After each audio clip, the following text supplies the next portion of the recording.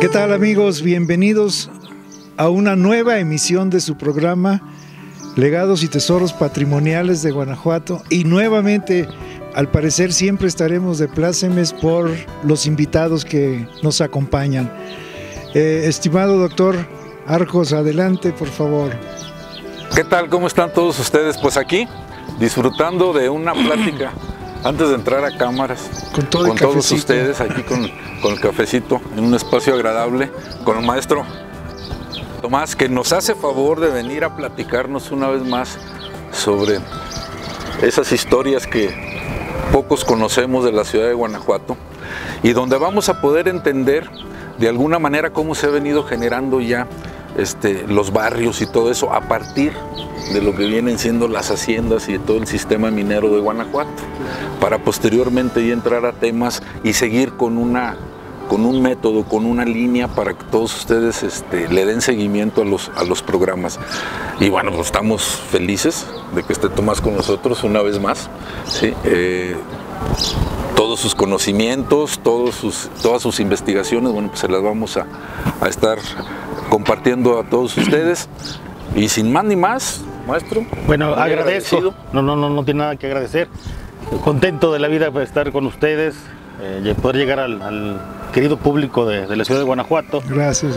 Y sobre todo, pues, platicar nuestras experiencias de investigación en cuanto al desarrollo que ha tenido esta ciudad en los últimos siglos, y que si apelamos al plano mapa de Rosuela, pues nos damos cuenta que no ha cambiado mucho. Solamente faltaría ahí la compañía y el edificio central de la universidad para que prácticamente sea la misma imagen. Claro. Así es. Los únicos cambios que ha tenido la ciudad, amén de su crecimiento natural por el incremento de la población o su decremento, pues ha sido el hecho de que pues, el río ha obligado a su modificación con las inundaciones que se dan en el siglo XVIII y la última inundación desastrosa de principios del siglo XX, pues ha obligado a construir encima.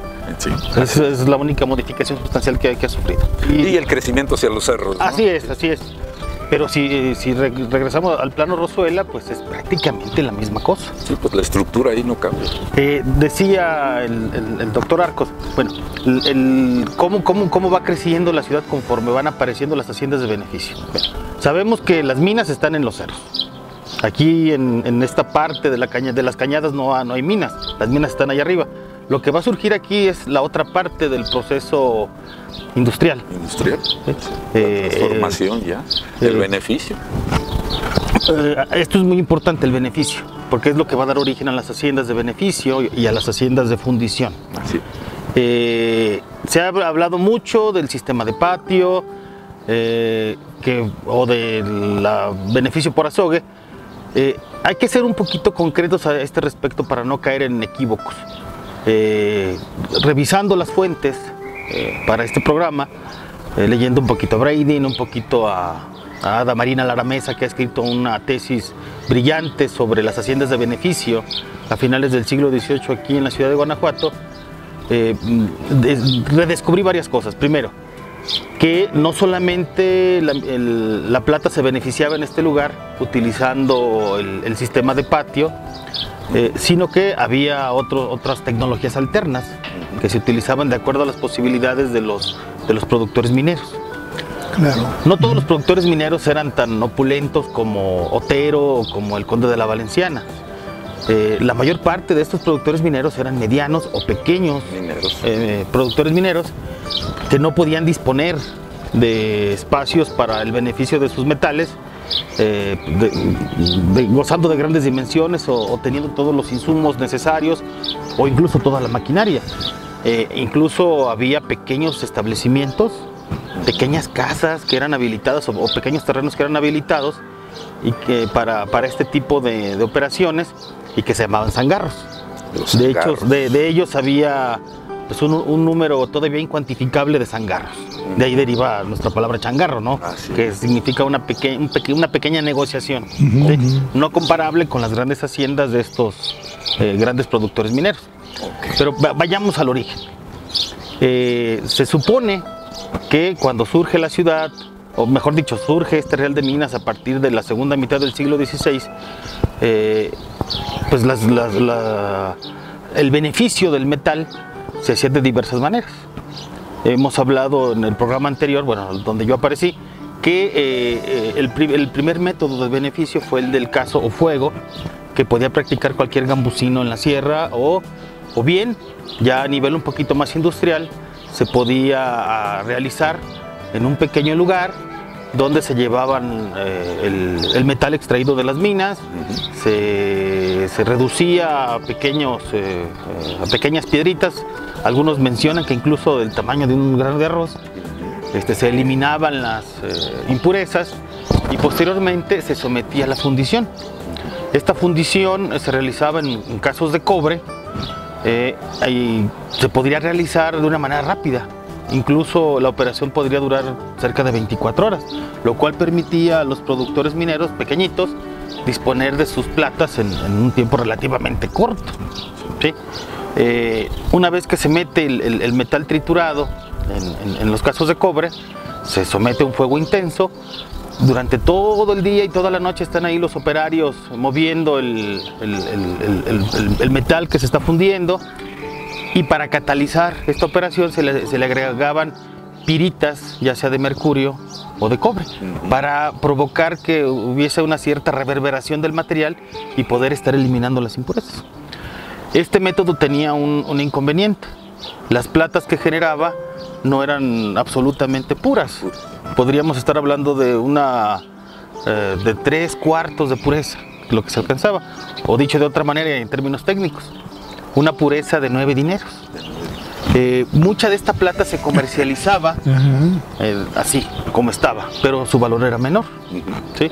Se podía quintar al vaciarse en barras o en lingotes, se quintaba, o bien, como sucedía siempre en los reales mineros, buena parte de esta plata fundida por fuego se circulaba de manera libre, aunque esto era un delito, porque esta plata no había pagado quinto ni diezmo, y constituía una especie de modo alternativo de intercambio, sí, en una economía que no estaba monetizada.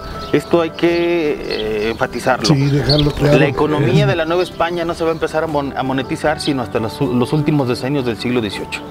Siempre hemos pensado que este Real Minero, o que Real del Monte, o que Zacatecas, la actividad económica se caracterizaba por su monetización, y no es así. A los mineros o a los operarios mineros se les pagaba en especie, o bien se les permitía que participaran de beneficios alternos, como el llamado partido. Se les permitía sacar en sus tiempos extras mineral, generalmente el mejor, ¿sí? Lo guardaban. Y lo guardaban el mejor, y ellos lo revendían a los rescatadores, y los rescatadores a su vez lo colocaban en las diversas fundiciones para beneficiarlo, ¿sí? De acuerdo a Brading, cerca del 30%, al menos en el Real de Guanajuato, cerca del 30% de la plata que se comercializaba aquí, que se beneficiaba, procedía del método de fuego, ¿sí? Aunque, repito, era una plata muy impura, que incluso jalaba buena parte del cobre del cazo. Había empresarios más emprendedores que adquirían, dada su relativo bajo costo, adquirían esta plata no tan pura, y si ellos disponían de azogue, la volvían a someter al proceso de amalgamación para obtener una plata de 12 dineros. Claro. Bueno, la otra parte, la plata que se beneficiaba en las haciendas de beneficio, esa sí tenía un proceso mucho más largo, que podía ir de las 2 semanas o hasta los 2 meses, lo cual para un pequeño productor minero pues significaba un tiempo demasiado largo, porque había que recuperar inversiones, había que estar pagando deudas constantemente y recogiendo pues magros beneficios, había que pagar operarios, y había que pagarle a todos los elementos de la cadena productiva. Sí. Todos los gastos fijos. Todos los gastos fijos, ¿no? Los buscones, los rescatadores, el ensayador, el fundidor, a todos los elementos de la cadena, lo cual esperar 2 meses a veces representaba la diferencia entre la quiebra o la prosperidad. Sí, hay comentarios de varias televidentes que mencionan esta parte de querer conocer cómo es que era realmente parte de la ciudad en el proceso industrial de Guanajuato. Esto es verdad, no es posible o imaginar que vas a la mina y ya está todo listo, sacas tus barras y todo. Hay procesos muy largos y en esos procesos es efectivo esta parte de que la economía sufría verdaderamente caos, incluso a veces muy sonoros o muy conocidos, ¿no? Porque el valor que tenía aquello necesitaban enfocarlo rápidamente a la economía, o sea, entrar al proceso económico de la ciudad, de la sociedad, ¿no? ¿Verdad? Así es. También tenemos que decir que lo que es la ciudad de Guanajuato, bueno, está en una serie de cañadas, hay una serie de corrientes de agua, de ríos, de arroyos, que permitieron el establecimiento de estas haciendas de beneficio. El agua va a ser el elemento fundamental para el beneficio de la plata. Si no hay agua, no se puede realizar de esa manera, porque constantemente en este proceso largo hay que estar lavando el mineral, incluso ya cuando está hecha la torta o amalgama, hay que estarla lavando a veces hasta 2 veces por día para estar eliminando las impurezas que en este proceso químico se van aflorando, ¿sí? También es importante decir que a pesar de que en estas cañadas estaban las más importantes, también en Marfil había una gran cantidad de haciendas de beneficio e incluso eran más grandes, y algunas de ellas contaban con elementos tecnológicos pues superiores que las que se utilizaban aquí. También tenemos que decir que no solamente la ciudad de Guanajuato se caracterizaba por sus grandes haciendas de beneficio. Hay que mencionar las de Real del Monte, donde incluso funcionaban con fuerza, tenían un sistema motriz hidráulico, ¿sí? El conde de Regla invirtió sus buenos millones para que buena parte del proceso estuviese mecanizado. Mecanizado relativamente, porque sí requería de la participación de muchos operarios, pero comparadas con las de Guanajuato eran tecnológicamente superiores. Así es. Sí, y prácticamente en todo el sistema productivo. Aquí en Guanajuato, los malacates que estaban en las minas de Valenciana o de Rayas podían extraer de entre 850 o 1000 cargas al día. Cada carga era de varias arrobas. Una arroba es el equivalente a 46 kilos, ¿sí? 46.5 kilos. Ese mineral inmediatamente era bajado en mulas a las haciendas de beneficio y se empezaba a procesar. Bueno, allá en Real del Monte, los malacates incluso podían extraer cargas de 1250 arrobas. Eran malacates que eran el doble del tamaño de los de Guanajuato. Sin embargo, el Real del Monte no producía tanta plata ni de tan buena calidad como las de Guanajuato. Era la calidad de la plata, ¿no? Bueno, y en Real del Monte el sistema que utilizaban era porque ahí sí había ahí sí hay agua. Sí, así es. Sí, y aquí en Guanajuato se tuvo que hacer un sistema de presas precisamente para disponer de esa agua. Aquí pues, el régimen de lluvias es muy irregular. Así es. Cuando digamos, en los años buenos, pues era difícil aprovechar las crecidas. Los arroyos eran estacionales y precisamente el sistema de presas que se va a empezar a implementar a principios del siglo XVIII y que va a tachonar la geografía del real minero con estas presas impresionantes tan bonitas, ¿no? Sí, casi todas tenían su cortina, todas tenían santos. Así es. Ahora le llamamos presa de los Santos porque es de las pocas, es de las pocas que los ha conservado parcialmente. Pero si vemos la de Rocha, si vemos la de Ponce o Pozuelos. La cortina de Rocha es bellísima y está perdida. Sí.